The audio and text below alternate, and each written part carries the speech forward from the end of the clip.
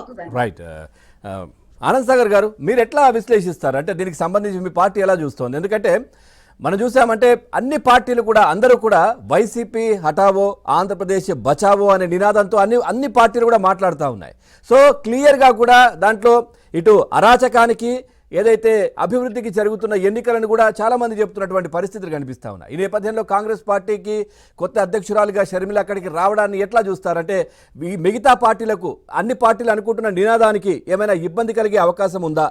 అదొక వైపు.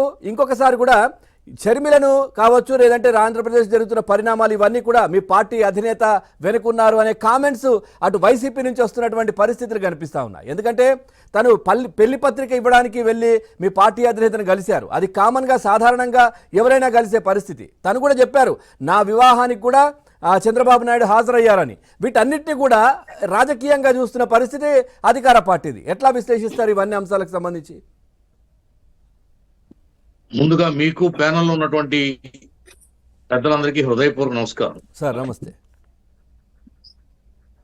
మోడుబారిన కాంగ్రెస్ కి, తుది శ్వాసతో ఉన్నటువంటి కాంగ్రెస్ కి ఒక కొత్త ఆశ చిగురించింది వేళ.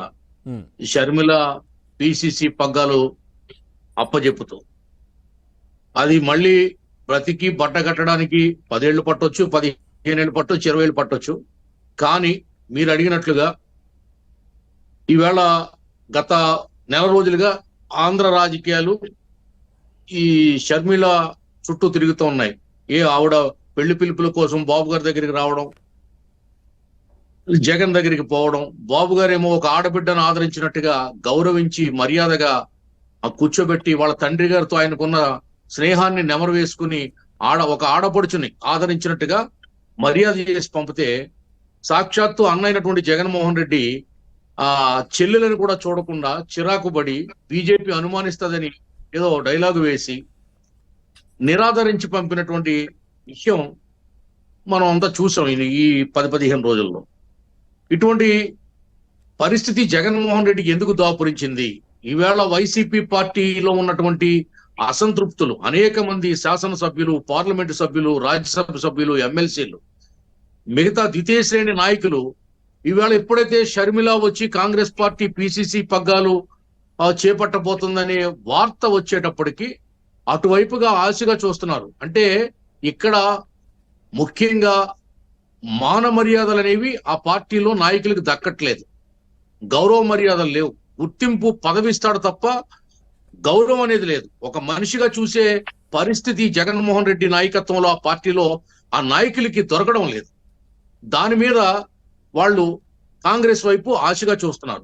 ఇదే జగన్మోహన్ రెడ్డి జైల్లో ఉన్నప్పుడు మా తూర్పు గోదావరి జిల్లా నుండి సీనియర్ నాయకులు ఆయన్ని ములాఖత్కి వెళ్ళినప్పుడు ఆయన చెప్పేవాడంట, నా దగ్గర బ్రహ్మాండమైనటువంటి 2 అస్త్రాలు ఉన్నాయి, వాటిని ప్రయోగిస్తాను, నేను జైల్లో ఉండి కూడా గెలుస్తాను.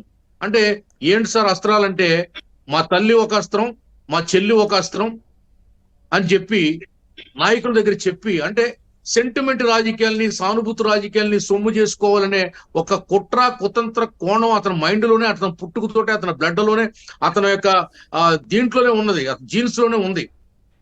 ఆ విధంగా అన్నగారు వదిలినటువంటి బాణం, జగన్ వదిలిన బాణం ఈవేళ జగన్ మీదకే దూసుకుని వస్తుంది.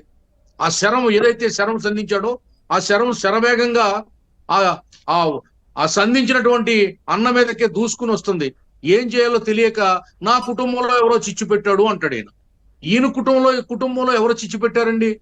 నువ్వు సీఎం కాగానే భార్య మాటలు విని భార్య చేతిలో కీలుబొమ్మగా మారి ప్రభుత్వాన్ని భార్యగా అప్పచెప్పావు, పెత్తనాన్ని భార్యగా అప్పచెప్పావు, అధికారుల్ని భార్యగా అప్పచెప్పావు, ఆఖరికి తల్లిని చెల్లిని కూడా భార్య మాటలు విని తరిమి కొట్టావు. కనీస మర్యాద ఇవ్వకుండా వాడుకుని వెన్నుపోటు పొడిచావు. గడ్డిపోచను తీసినట్టు తీసి పాడేశావు. కూరలో కరివేపాకులాగా ఏరి పారేశావు. ఏ విధంగా వాళ్ళు నీకు ఇంకా నిన్ను అన్నగా చూస్తారు, కొడుగ్గా చూస్తారు? పాపం ఏదో తెలంగాణలో దుకాణం పెట్టుకుని ఏదో తిరిగింది, కష్టపడింది, పాదయాత్ర చేసింది. అక్కడ కూడా కేసీఆర్ తో ఇతను మిలాఖత్ అయ్యి అనేక ఇబ్బందులు పెట్టాడు. ఆ సాక్షి పేపర్లో ఏ రోజు కూడా అమ్మాయి ఆ పాదయాత్ర గురించి రాయలేదు, అమ్మాయి ప్రెస్ మీట్లు కవర్ చేయలేదు. అంటే ఇక చెల్లెల్ని ఇంత దారుణంగా చూసినటువంటి వ్యక్తి చెల్లెల్నే కాదండి, మా తూర్పుగోదావరి జిల్లాలో కొల్లి నిర్మల కుమార్ అని ఒక దళిత మహిళ జడ్పీడీసీ సభ్యురాలు, ఆమెను జిల్లా రాష్ట్ర మహిళా అధ్యక్షురాలుగా చేశాడు జగన్మోహన్ రెడ్డి. చేసి ఆమెని తీవ్రమైనటువంటి అవమానానికి గురి చేస్తే పాపం గుండెపోటు వచ్చి చచ్చిపోయింది ఆమె. అనేక రకాలుగా ఒక దళిత మహిళ పార్టీ కోసం రాష్ట్రమంతా జగన్తో పాదయాత్ర చేసింది, షర్మిలతో పాదయాత్ర చేసింది. అటువంటి మహిళ కూడా గుండెపోటుతో జగన్మోహన్ రెడ్డి దెబ్బతో పాపం చిన్న వయసులోనే, దాదాపు 40 ఏళ్ల వయసులోనే ఆమె చనిపోవడం జరిగింది. అలా ఈ జగన్మోహన్ రెడ్డి చేతిలో మహిళలు, తల్లి చెల్లి మహిళలు, కార్యకర్తలు కూడా పార్టీలో నలిగిపోతున్నారు. అందుకే వాళ్ళు ఈవేళ కాంగ్రెస్ బతకాలని, షర్మిల నాయకత్వం ఎదగాలని, త్వరలో మేమంతా పార్టీలోకి పోవాలని, అక్కడ బ్రతకాలని, అక్కడేయో మళ్ళీ రాజకీయ పబ్బం గడుపుకోవాలని ఆ పార్టీ నాయకులు సహజంగా చూస్తున్నారు. అంటే జగన్మోహన్ రెడ్డి మెంటాలిటీ ఎంత భయంకరమైందో, ఎంత నియంతృత్వమైందో, ఎంత అరాచకమైందో ఇక్కడ మనకు అర్థమవుతుంది చెల్లెల ద్వారా. ఏమిటమ్మ ఆమెకు ఆ దుర్గతి? నువ్వు 151 మందిని ఎమ్మెల్యేలుగా గెలిపించుకున్నావు, చెల్లిని ఒక ఎమ్మెల్యేని చేసుకోలేకపోయావు కదా? అర్హురాలు కాదా ఆమె? రాజశేఖర రెడ్డి కూతురు కాదా? నువ్వు ఒక్కడమే రాజశేఖర రెడ్డి కడుపును పుట్టావా? అంటే నీ పురుషాధిక్య అహంకారం. సార్, ఆనంద్ సాగర్ గారు నిజంగా కూడా రాజశేఖర్ రెడ్డి గారి కలను సాకారం చేయడానికి నేను వెళ్తున్నానని చెప్పారు. ప్రధానమంత్రి హోదాలో నేను రాహుల్ గాంధీని చూడాలనుకుంటున్నాను అనేది మా నాన్నగారి కోరిక, అది నెరవేరుస్తారని ఎప్పుడు జగన్మోహన్ రెడ్డి చెప్పలేదు. ఆ పార్టీ, కాంగ్రెస్ పార్టీని ఇబ్బందులకు నెట్టే ప్రయత్నమే ఆయన చేశారు తప్పించి వాళ్ళ నాన్న కోరిక నెరవేర్చే విధంగా ఎప్పుడు కూడా ఉన్న పరిస్థితి లేదు. పెద్దలు